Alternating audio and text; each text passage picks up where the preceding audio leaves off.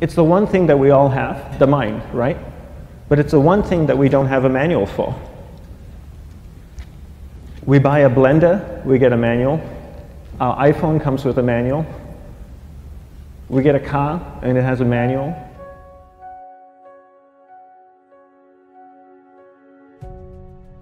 Nobody teaches you how to use the mind. There's no manual for the mind. So this, I think, is one of the most essential things in making progress in our life, is really understanding how our mind works. It's the one thing that we have to live with 24 hours a day, 7 days a week. We have no choice.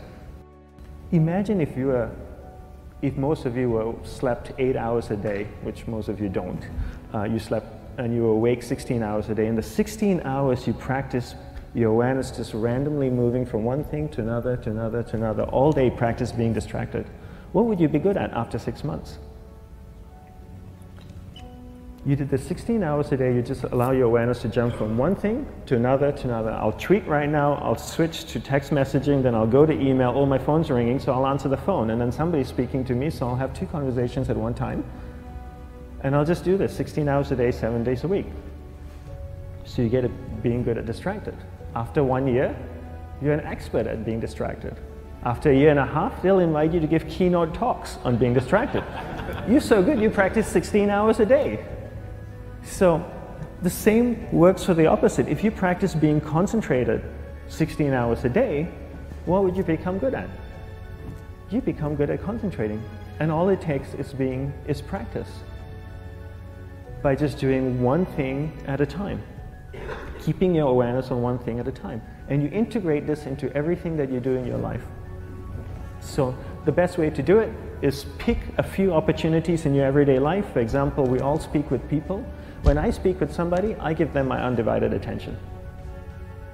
I keep my awareness on them, and the conversation is really brief. Why? Because we're concentrated. We're not being distracted. A 10-minute conversation normally just takes 3 minutes because you're just so focused. I define concentration as the ability to keep that awareness on one thing for a prolonged period of time. So if I can keep my awareness on Eric and not drift away and think about the wedding, or drift away and think about the vacation, or what I'm going to do later, then I'm concentrating on Eric. Every time it drifts away, I bring it back. And the more I practice this, the more I practice concentration. So concentration is the ability to keep your awareness on one thing for a prolonged period of time. And that's a very simple definition of concentration.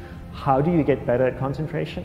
You practice this. You practice this 24 hours a day, 7 days a week. And it's the only way to get good at it. And what's the best way to practice it? The best way to practice it is to integrate it into everything that you do in your life. Not to meditate 10 minutes in the morning. It doesn't work. You really need to look at your life the same way a sprinter in the Olympics looks at his life. You've all heard of Usain Bolt, the man that won the gold medal twice, 2 Olympics in a row, broke the world record. I don't know anything about him, to be honest. But if I was looked at him, he obviously sprints, he practices running, probably does a lot of long distance, he probably does a lot of stretching as well, I'm sure he gets massages. He looks like he eats the right kind of food. Drinks the right amount of water, takes vitamins. His whole day is so disciplined. For what? To prepare him for 9.57 seconds. I think that's what the world record is, right? For 100 meters, 9.5 or 9.57 seconds. His whole day is preparing him for that short time, not the other way around. A lot of people say, you know what, I need to be more concentrated. So you know what, I'm going to meditate in the morning, I'll sit down for 2 minutes. Okay, now I'm Zen master. And the remaining 23 hours and 58 minutes, they just go about being ordinary and crazy. How does that work? How would you change? It's not balanced at all. So if for 23 hours and 58 minutes you were not being concentrated, you allowed your awareness to jump from one thing in your mind to another thing, to another thing, to another thing, to another thing, in an uncontrolled way, what would you be good at? And out of a prolonged concentration comes the wonderful power of observation. You just become more observant, and when you become more observant, you see solutions quicker and you solve things quicker. And it's a wonderful, powerful feeling when somebody is concentrated on you and not being distracted. So the best way is to integrate it into your everyday life. You're speaking with your spouse, give her or give him your undivided attention. So develop your awareness, integrate it into everything that you do in your life. And that's the best way you become good at. The next thing we need to develop is develop your will. Will is really important. Will is almost like a muscle in your mind, and you use that to pull and control your awareness and take it from one area of the mind to another.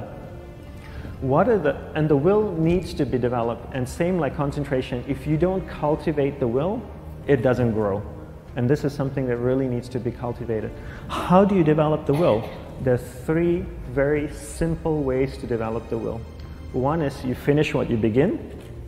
2 is you finish it well beyond your expectation, no matter how long it takes. 3 is you do a little bit more than you think you can do. All of those things require effort, and effort is will. It's so much easier to start a project than to finish a project, right?